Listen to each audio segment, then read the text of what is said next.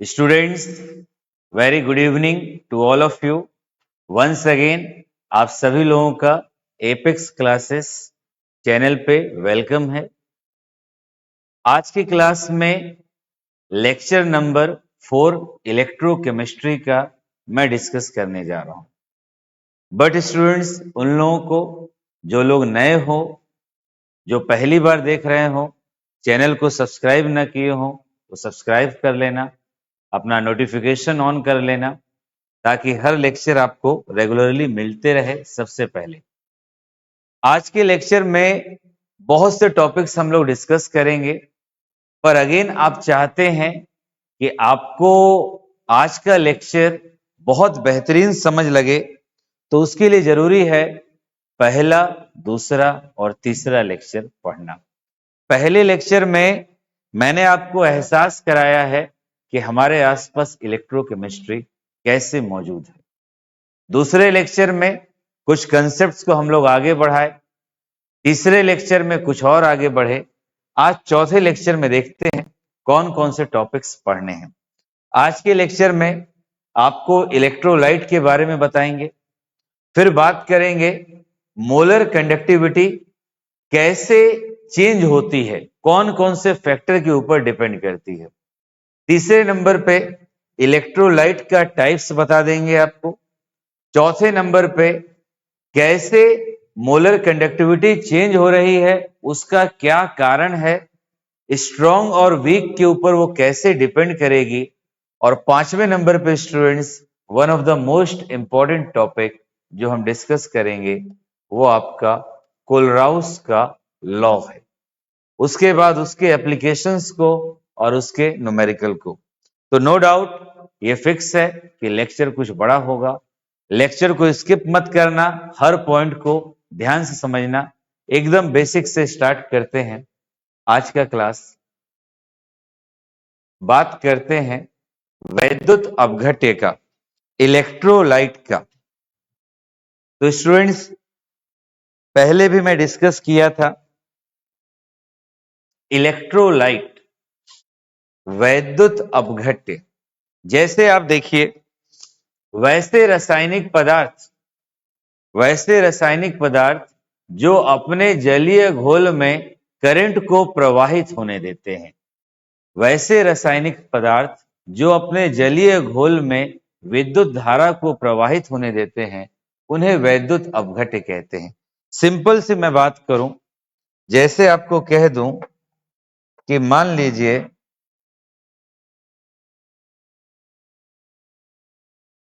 ये एक बर्तन हो गया,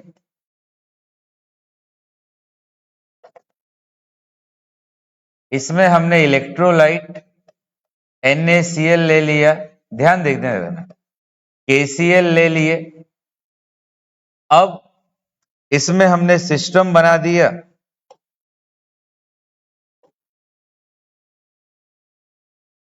इलेक्ट्रोड लगा दिया। अब NaCl Na+Cl- में टूटने लगा। करंट फ्लो कराने पे, यानी NaCl के घोल में अगर करंट बहने लगा तो उसे हम बोलेंगे वैद्युत अपघट्य।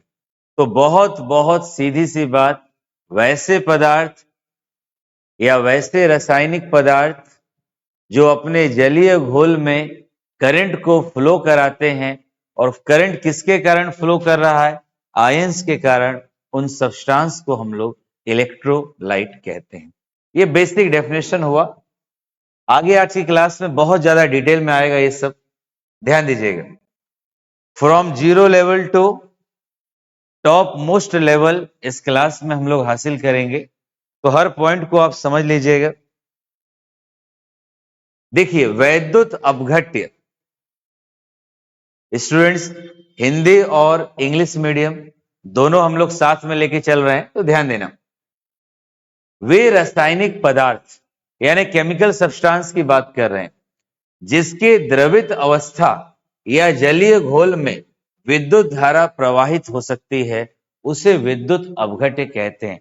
सच substance which in their aqueous state, such substance which in their aqueous state और इन डिसोसिएट्स इनटू आयन, यानी जब वो जलीय घोल में आयनों में टूट जाएगा तो अपने में से करंट को फ्लो कराने लगेगा, तो उसे हम इलेक्ट्रोलाइट कहेंगे। बहुत बेसिक एग्जांपल ले लिए हैं, NaCl हो गया, KCl हो गया। कोई कहे सर NaCl कैसे फ्लो कराएगा, तो आप देख लीजिए, मैंने लिखा NaCl, ये आपका Na प्लस, ये आपका Cl माइनस। ऑब्वियस है, ये आयन में टूटा, प्लस चार्ज है तो धनायन, माइनस चार्ज है तो ऋणायन, और इसे हम बोल रहे हैं इलेक्ट्रोलाइट। ध्यान देना इन चीजों पे, कोलराउस के नियम को ये सब आसान बना देगा। ये हमारा इलेक्ट्रोलाइट। सेम अगर कोई बोले KCl को ब्रेक कर दीजिए, KCl हुआ, ये K प्लस और Cl माइनस में ब्रेक हो जाएगा। ये प्लस चार्ज है धनायन और ये माइनस चार्ज है ऋणायन एनायन, और ये इलेक्ट्रोलाइट। तो वैसे पदार्थ जो अपने जलीय घोल में आयनों के गमन के कारण विद्युत धारा को प्रवाहित कराएगा, उसे इलेक्ट्रोलाइट कहेंगे। अब देखते हैं इसके आगे का कंसेप्ट। इलेक्ट्रोलाइट हमारा क्लियर हो गया। अब स्टूडेंट्स, मोलर चालकता की विभिन्नताएं, यानी मैं आपको बताने जा रहा हूं मोलर कंडक्टिविटी।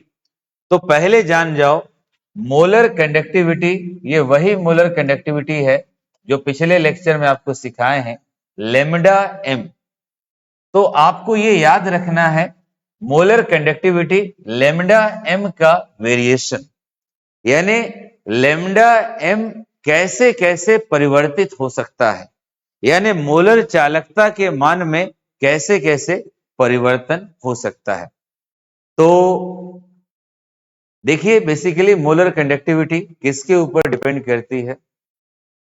देखिए, जो हमारा मोलर कंडक्टिविटी है स्टूडेंट्स, जो मोलर कंडक्टिविटी है, मोलर चालकता, मोलर कंडक्टिविटी, तो पिछले लेक्चर में आपको बताए थे कि जो हमारा मोलर कंडक्टिविटी है उसे हम किससे डिनोट करेंगे, लेमडा एम से। तो मोलर कंडक्टिविटी किसके ऊपर निर्भर करेगी, इलेक्ट्रोलाइट के नेचर के ऊपर डिपेंड करेगा, यानी इलेक्ट्रोलाइट आपका स्ट्रॉन्ग है, वीक है, उसके ऊपर डिपेंड करेगा, कंसंट्रेशन के ऊपर डिपेंड करेगा, टेम्परेचर के ऊपर ये डिपेंड करेगा। और ध्यान दीजिएगा, अगर आप ये तीनों कंसेप्ट सीख पाएंगे तो कंपटीशन का क्वेश्चन बहुत आराम से बन जाएगा। तो बेसिकली मैं क्या बता रहा हूं, मोलर कंडक्टिविटी कैसे प्रभावित होती है या किसके ऊपर निर्भर करती है। इसमें विद्युत अपघट्य की प्रकृति, नेचर ऑफ इलेक्ट्रोलाइट, दूसरा सांद्रता, और तीसरा तापमान। तो अब देखते हैं पहला पॉइंट,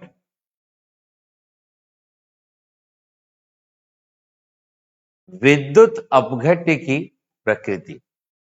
अब अगर हम इसमें आपसे बात करें विद्युत अपघट्य की प्रकृति, तो एक बेसिक बात समझ लेना, जो मोलर कंडक्टिविटी है,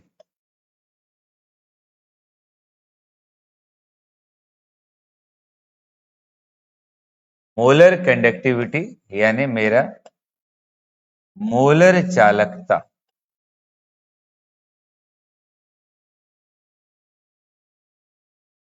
का संबंध किससे है, इलेक्ट्रोलाइट से। और अभी मैंने बताया इलेक्ट्रोलाइट वो है जो अपने जलीय घोल में, सीख लेना, इलेक्ट्रोलाइट वो है जो अपने जलीय घोल में करंट को प्रवाहित करता है, पर किसके कारण, क्योंकि उसमें प्लस चार्ज भी होता है और माइनस चार्ज भी। दूसरे शब्दों में वो किसका निर्माण करता है, आयन का। तो आपको बताना चाहते हैं कि मोलर चालकता वैद्युत अपघट्य की प्रकृति पर निर्भर करती है। तो आपके दिमाग में जाए कि मोलर कंडक्टिविटी किसके कारण आएगी? आयंस के कारण। और वो किसमें, और ये आयन किसमें है? इलेक्ट्रोलाइट में है। ध्यान देना,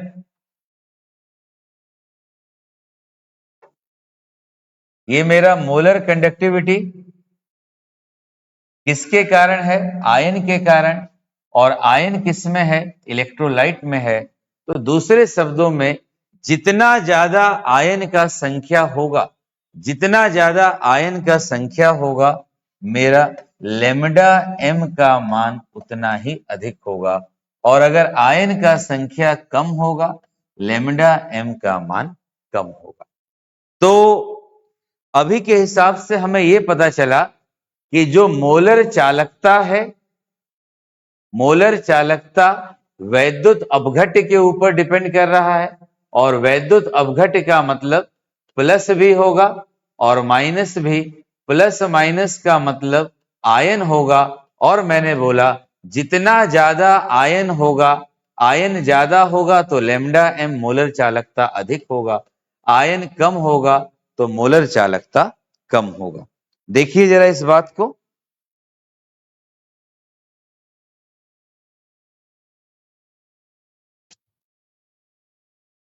अब स्टूडेंट्स, इसी को हम लोग वर्ड्स में, शब्दों में पढ़ते हैं। देखें, ध्यान दीजिएगा, हर पॉइंट पे ध्यान देना।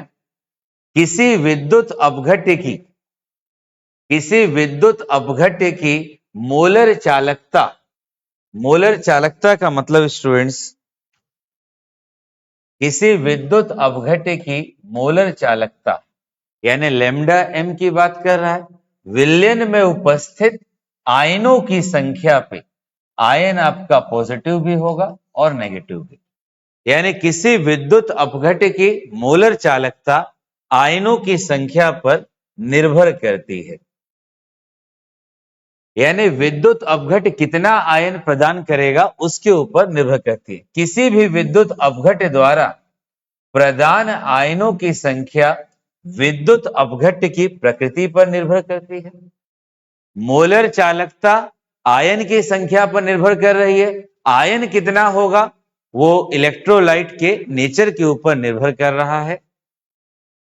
अब दुनिया का जितना विद्युत अपघट्य है, जितना विद्युत अपघट्य है, सब बराबर मात्रा में आयनित नहीं होगा।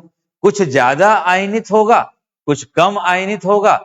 जो ज्यादा आयनित होगा, जो ज्यादा आयन में टूटेगा, उसका मोलर चालकता अधिक होगा। जो कम आयनित होगा, जो कम आयनों में टूटेगा, उसका मोलर चालकता कम होगा। जो ज्यादा आयनित होगा उसे प्रबल वैद्युत अपघट्य बोलेंगे, जो कम आयनित होगा उसे दुर्बल वैद्युत अपघट्य बोलेंगे। यानी वैद्युत अपघट्य कितने प्रकार का हुआ स्टूडेंट्स? दो प्रकार का। आयनों में विभक्त होने की प्रकृति के आधार पे वैद्युत अपघट्य कितने प्रकार का? दो प्रकार का। यानी हम आपको अभी तक जो बोले इस बात का मतलब समझ लीजिए। यानी बेसिकली मैं कह रहा हूं कि मोलर कंडक्टिविटी यानी लेमडा एम का मान इलेक्ट्रोलाइट के नेचर के ऊपर डिपेंड करेगा। और इलेक्ट्रोलाइट वो है जो आयन में टूटने के कारण इलेक्ट्रिसिटी को कंडक्ट करता है। जितना ज्यादा आयन में टूट गया उतना ज्यादा इलेक्ट्रिसिटी या उतना ज्यादा मोलर कंडक्टिविटी। जितना कम टूटा उतना कम मोलर कंडक्टिविटी। तो कंडक्टिविटी या आयंस के आधार पे कितने प्रकार का इलेक्ट्रोलाइट? दो प्रकार, स्ट्रॉन्ग इलेक्ट्रोलाइट और वीक इलेक्ट्रोलाइट। देखें, molar conductivity of an electrolyte depends upon the number of ions, number of ions in solution, and the number of ions produced by an electrolyte depends upon the nature of electrolyte। यानी कितना ion मिलेगा वो electrolyte के nature के ऊपर depend करेगा। इसके आधार पर इलेक्ट्रोलाइट कितने प्रकार का? आपका दो प्रकार का। आइए देखते हैं कंसेप्ट्स को। तो यहां से मेरा इलेक्ट्रोलाइट दो प्रकार का, एक स्ट्रॉन्ग इलेक्ट्रोलाइट और एक वीक इलेक्ट्रोलाइट। नाम से ही समझ जाओ, एक स्ट्रॉन्ग इलेक्ट्रोलाइट और एक वीक इलेक्ट्रोलाइट। अब आप खुद देख लो, अगर मैं आपसे बोलूं ये दो प्रकार के स्टूडेंट्स हैं, ये स्टूडेंट ए हो गया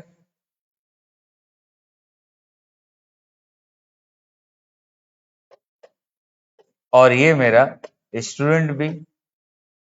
अब अगर हमने आपसे बोला ए स्टूडेंट को मान लें ये बहुत ज्यादा बहादुर है, इसके पास फोर्स बहुत ज्यादा है, ताकत बहुत है, और बी वाले को मान लें ये बहुत ही कमजोर है।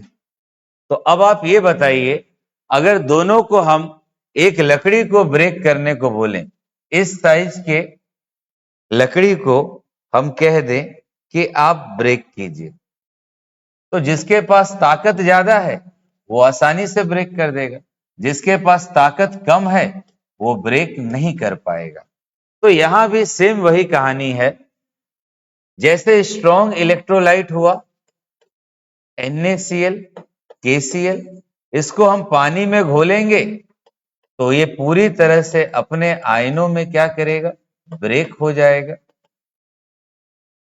तो मैं क्या कहना चाहता हूं, वैसा इलेक्ट्रोलाइट जो जल में घोलने पर या जो अपने जलीय विलयन में पूर्णतः लगभग 100% अपने आयंस में टूट जाएगा, तो उसे बोला जाएगा स्ट्रॉन्ग इलेक्ट्रोलाइट, और जो पूरी तरह से अपने आयनों में नहीं टूटेगा उसे बोला जाएगा वीक इलेक्ट्रोलाइट। आइए इसके डेफिनेशंस को क्लियर करते हैं। स्ट्रॉन्ग इलेक्ट्रोलाइट, देखिए ध्यान देना,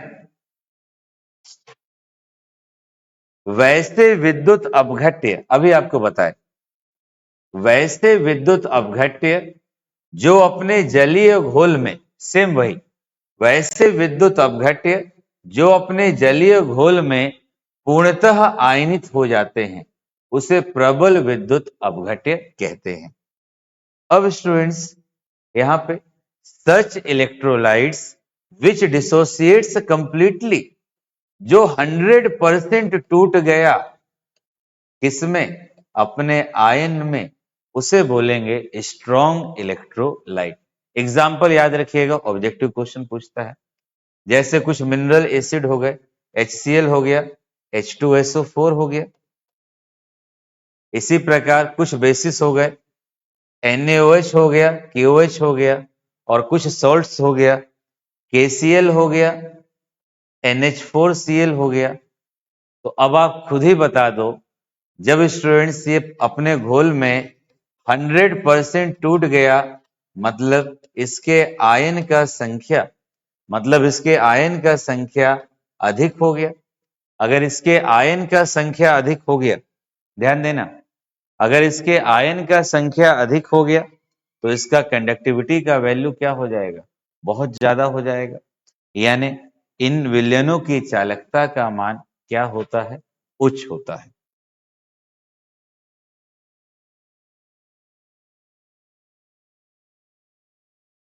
अब बात करते हैं दुर्बल वैद्युत अपघट्य का। दुर्बल वैद्युत अपघट्य यानी वीक इलेक्ट्रोलाइट का हम बात करते हैं।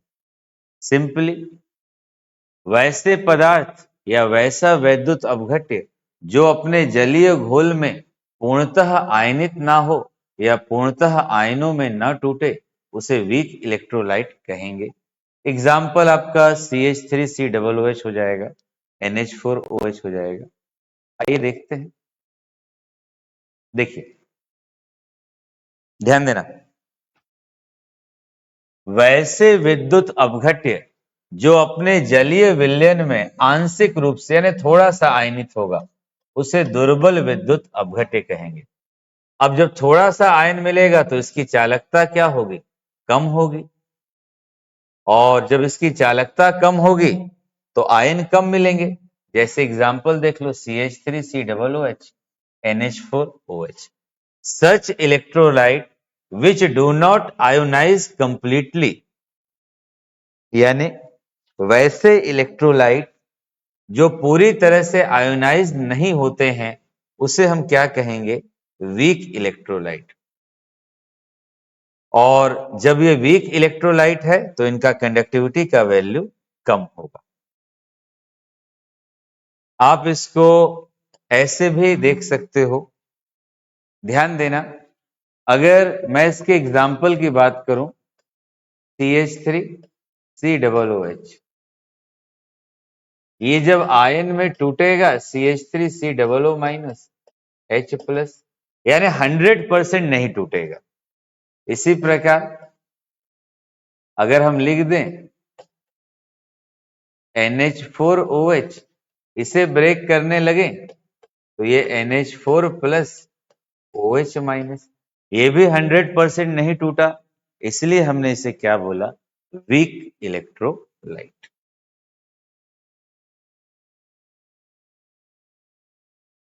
अब स्टूडेंट्स कंसंट्रेशन का बात, पर अब कंसंट्रेशन से पहले जो हमने अभी तक पढ़ा उसे शॉर्ट में एक बार देख लीजिए, और स्टूडेंट जो रिपीट करते हैं उस पर ध्यान देते रहा करो। इलेक्ट्रोलाइट वो है जो अपने में से करंट को फ्लो होने दे, पर किस अवस्था में, जब ये जलीय अवस्था में होगा।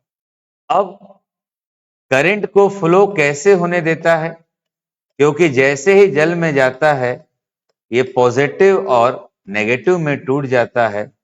इस पॉजिटिव और नेगेटिव को क्या बोलते हैं, आयन कहते हैं।